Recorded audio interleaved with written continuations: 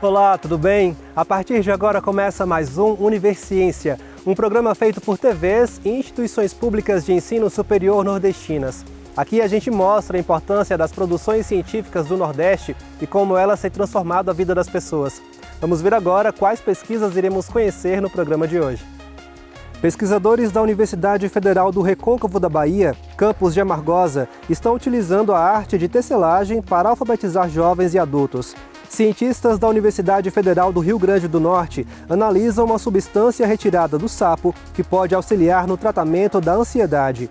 Veja também, cientistas da Universidade Estadual de Feira de Santana estão desenvolvendo um inventário de peixes que poderá subsidiar políticas de preservação ambiental e de desenvolvimento sustentável. E ainda, há 20 anos, pesquisadores da Universidade Federal do Ceará, campus de Fortaleza, realizam monitoramento de combustíveis ofertados pela Agência Nacional de Petróleo, Gás Natural e Biocombustíveis, garantindo a sua qualidade. Tudo isso e muito mais você confere agora no Universiência.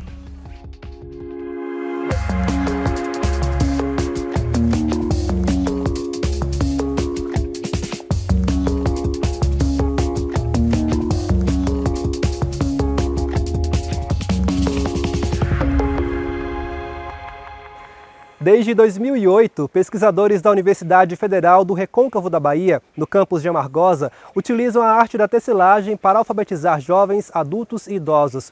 O programa envolvido no estudo une a educação e a cultura popular para transformar histórias de vida. Acompanhe.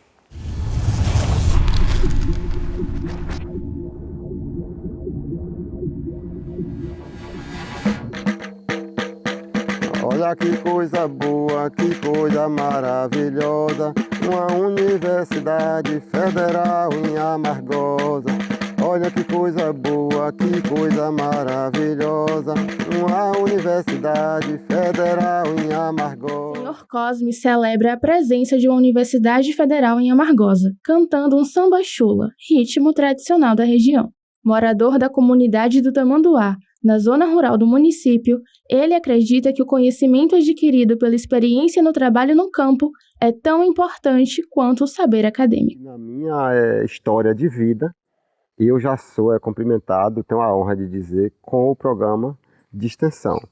E aí já formado enquanto agricultor familiar, enquanto liderança de comunidade. Para mim é um orgulho grande porque é reconhecido pelo próprio programa e também eu reconheço isso, que eu também tenho conseguido contribuir. O Tecelendo, ele é esse espaço que vai construindo diálogos com as comunidades e alcançando os espaços a partir das demandas e dos desafios que estão colocados para a gente na educação. O TEAR, ele vem como um grande elemento mobilizador e desafiador para os processos dentro do Tecelendo. E esse trabalho vai ganhando também uma dimensão e vai fazendo com que a gente amplie e em 2014 nos tornemos programa de alfabetização. E aí nesse nos tornar programa de alfabetização, nós nos definimos com centralidade na formação de educadores a partir da educação popular, com vertentes, projetos que vão sendo desenvolvidos dentro do Tecelendo e também nas comunidades rurais e urbano-periféricas. Além dos trabalhos de alfabetização, o programa desenvolve atividades com a juventude, que vão desde a formação política até a preparação para o ingresso na universidade. O Tecelendo também alcança a comunidade através da realização de uma feira, que envolve a participação de agricultoras e agricultores familiares, estimulando a economia solidária. A feira Prosas do Campo é realizada semanalmente na praça principal de Amargosa, desde 2016, e foi por meio dela que Claiane conheceu o Tecelendo. Quando eu chego aqui para fazer parte do trabalho de alfabetização de jovens, adultos e idosos,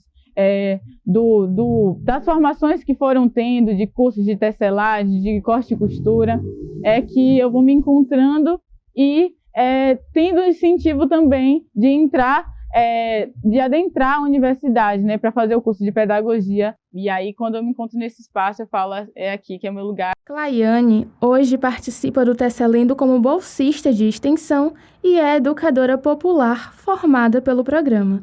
Uma trajetória parecida com a de Íria. Conheci o programa ainda no ano de 2011, ingressando enquanto estudante do curso de pedagogia. E fui de 2011 até 2019, na condição de bolsista e depois voluntária. E após a formação, né, enquanto pedagoga, eu continuo no Tesselendo enquanto educadora, enquanto pesquisadora também, na área de educação popular e economia solidária. E foi no chão da sala de aula do Tesselendo que eu me descobri enquanto professora. Então, foi a partir dessa vivência que eu fiz a escolha política e consciência de ser professora. O Tesselendo, ele tem um trabalho de educação de educadores pautados na educação popular. E a educação popular, ela tem princípios, né? Desde um trabalho historicizado, nós temos processos históricos e nós somos frutos de processos históricos. Então, o educador, ele precisa aprender sobre si, ele precisa aprender sobre a sua história, o lugar onde ele pisa, a história desse lugar e como ele chega até ali.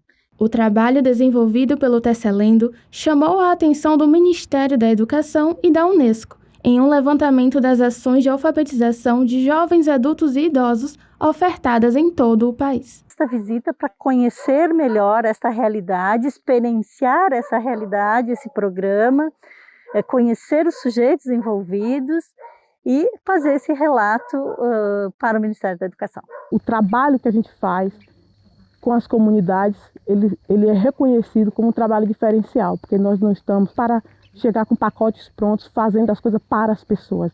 A gente sempre diz, nós queremos fazer com vocês. No próximo bloco, você vai ver um inventário de peixes da bacia do rio Itapicuru, que poderá subsidiar políticas de preservação ambiental. A gente volta já já.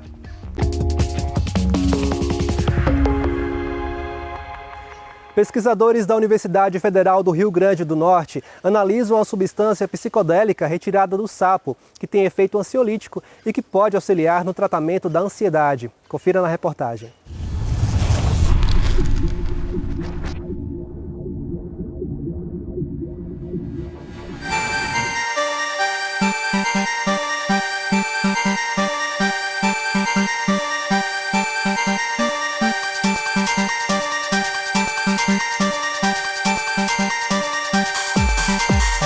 Substâncias psicodélicas têm sido estudadas como possíveis tratamentos para patologias como depressão e ansiedade.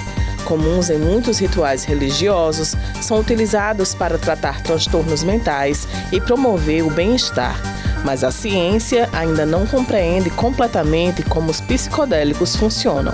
Alguns psicodélicos, dentre o DMT, eles são muito utilizados para a cura da mente em rituais religiosos, aspectos místicos, pessoas que têm alguns rituais místicos, eles são utilizados para tratar a alma, para tratar doenças da alma, E aqui a neurociência faz essa ponte olhando para o cérebro, quais as questões mentais estão relacionadas com essa cura da alma. Então são substâncias que têm potencial terapêutico, e a gente estuda em laboratório para entender como é essa modulação, o que acontece no cérebro que faz com que essa substância tenha esse potencial.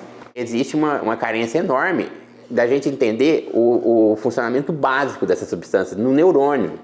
Se você acredita que a tua consciência, o teu humor, o teu afeto é feito de neurônio, é feito por atividade de neurônios, a gente devia entender como que essa substância age nos neurônios.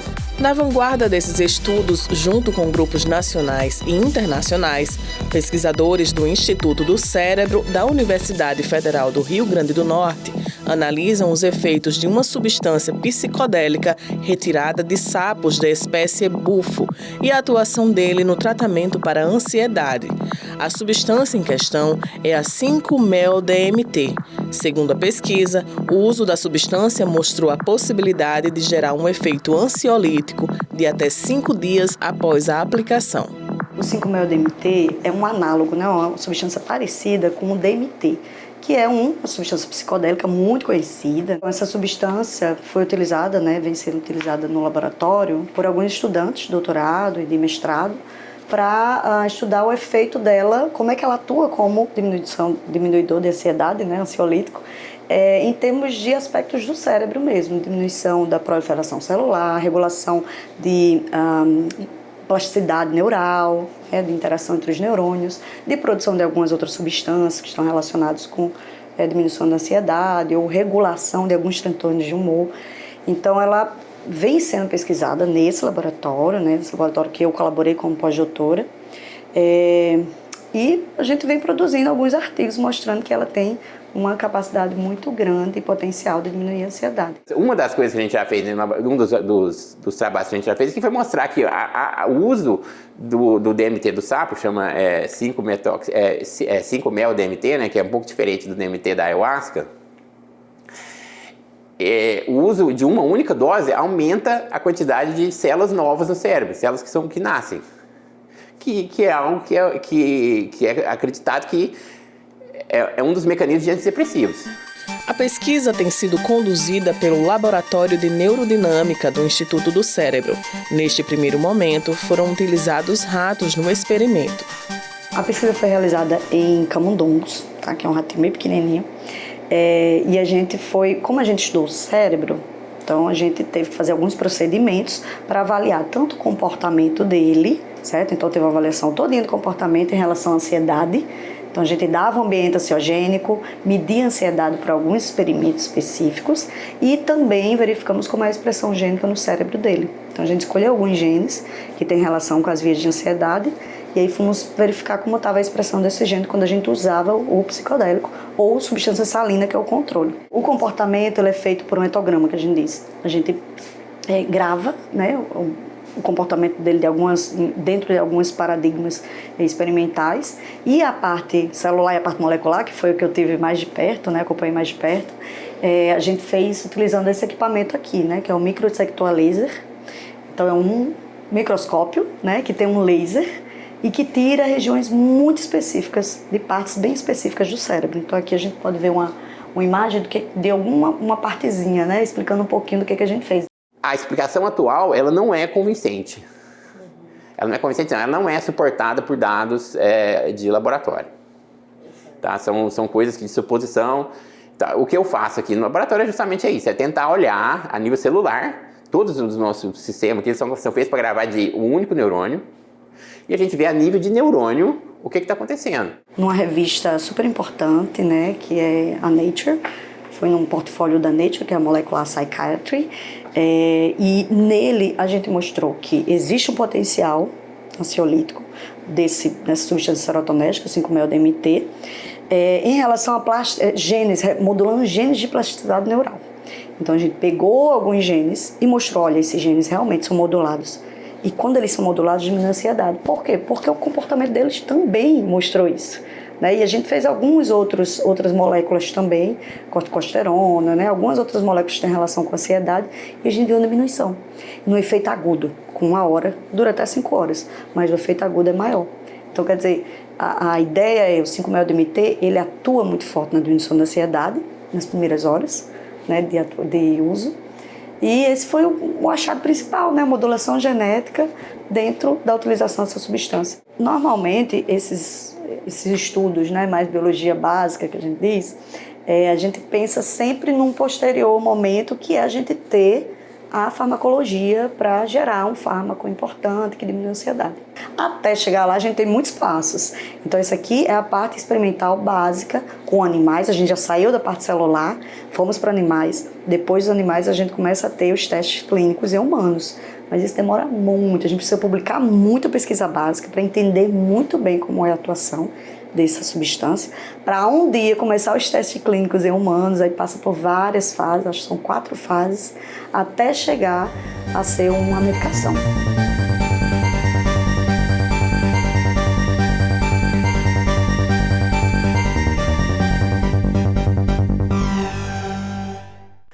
Cientistas da Universidade Estadual de Feira de Santana estão produzindo um inventário sobre as espécies de peixes existentes na bacia do rio Itapicuru.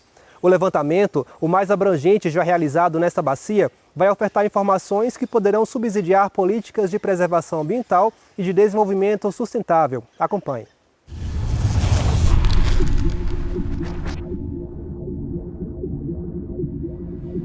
Professores da Universidade Estadual de Feira de Santana estão produzindo um inventário sobre as espécies de peixes existentes na bacia do rio Itapicuru. O levantamento, o mais abrangente já realizado nesta bacia, vai oferecer informações que poderão subsidiar políticas de preservação ambiental e de desenvolvimento sustentável. Os pesquisadores, vinculados ao Laboratório de Ictiologia do Departamento de Ciências Biológicas da UFES, percorreram trechos da bacia do Itapicuru, nos municípios de Caém, Saúde, Capim Grosso e Pindobaçu. Cerca de 50 espécies de peixes, algumas delas supostamente desconhecidas, foram identificadas. O levantamento permitirá identificar espécies de interesse comercial, que podem gerar renda para a região, e também aquelas ameaçadas de extinção. Em setembro, a equipe percorreu trechos do rio Itapicuruaçu, afluente da bacia, no município de Pindobaçu.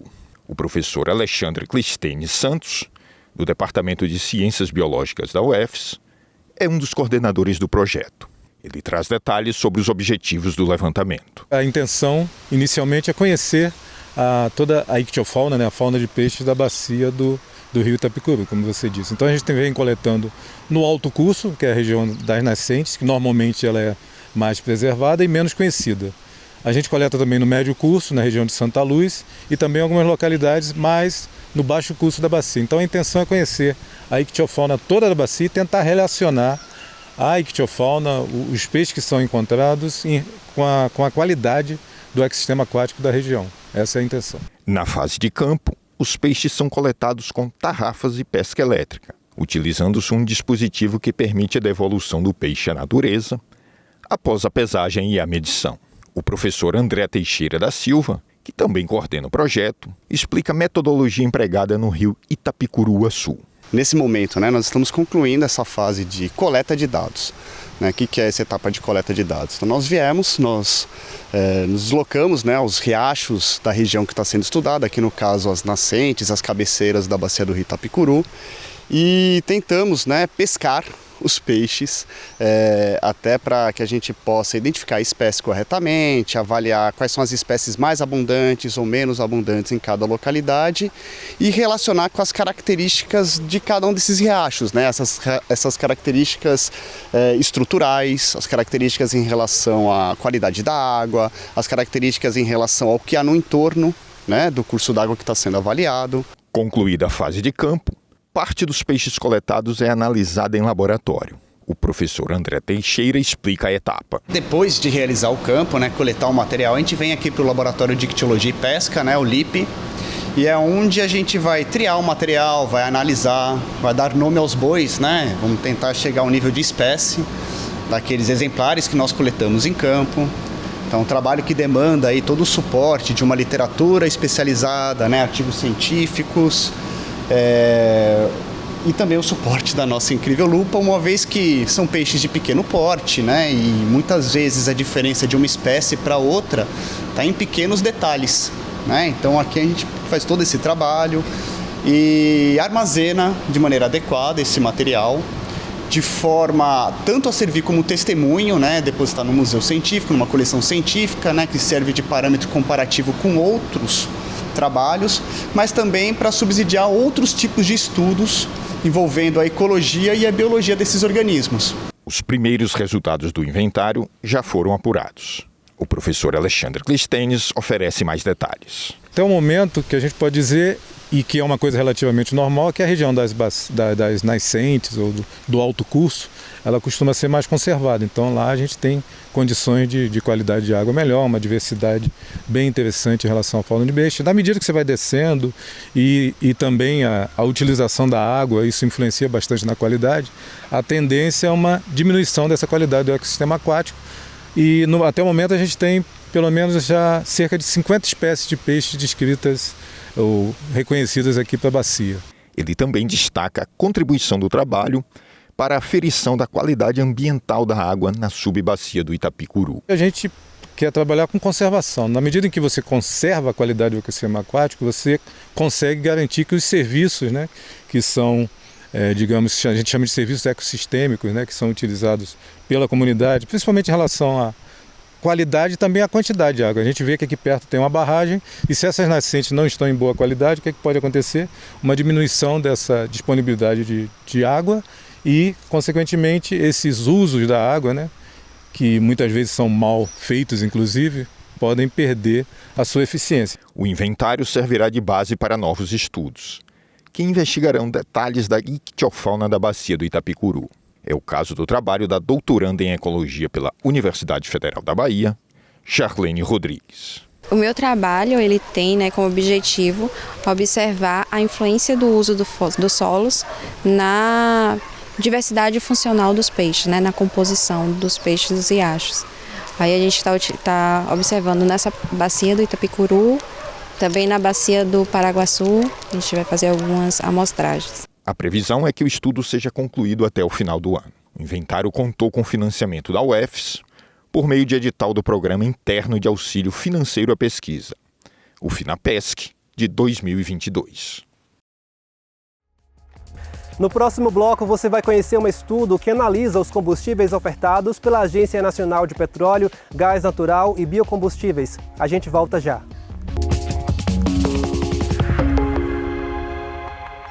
Você vai conhecer agora uma pesquisa desenvolvida pela Universidade Federal do Ceará, campus de Fortaleza, em parceria com a Agência Nacional de Petróleo, Gás Natural e Biocombustíveis, ANP. Há mais de 20 anos, o estudo busca analisar e garantir a qualidade dos combustíveis utilizados pelos veículos do Estado. Acompanhe.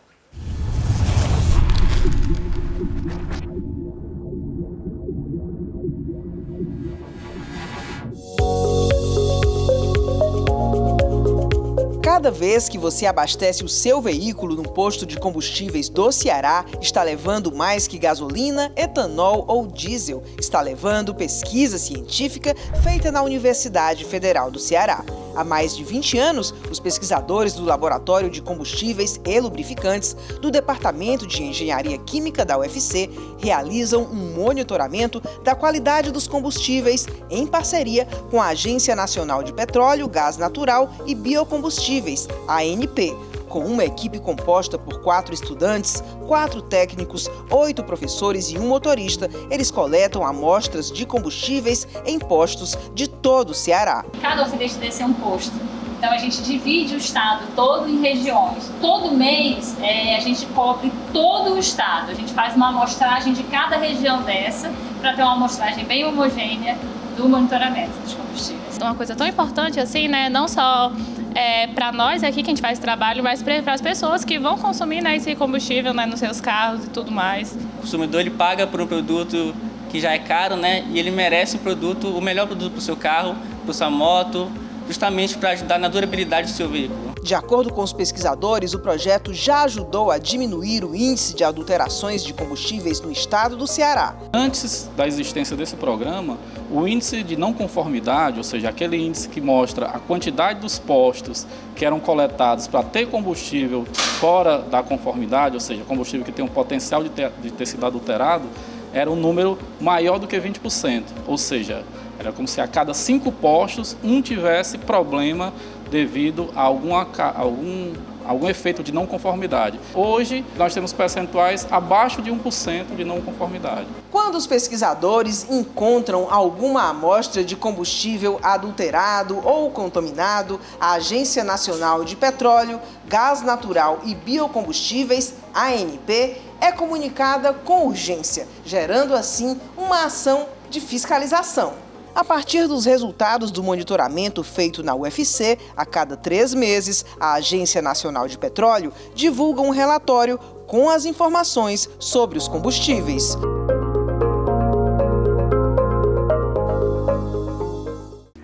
O Universiência de hoje fica por aqui. Na próxima temporada, traremos mais pesquisas inovadoras para a gente conhecer o que tem sido produzido nas instituições públicas de ensino superior nordestinas.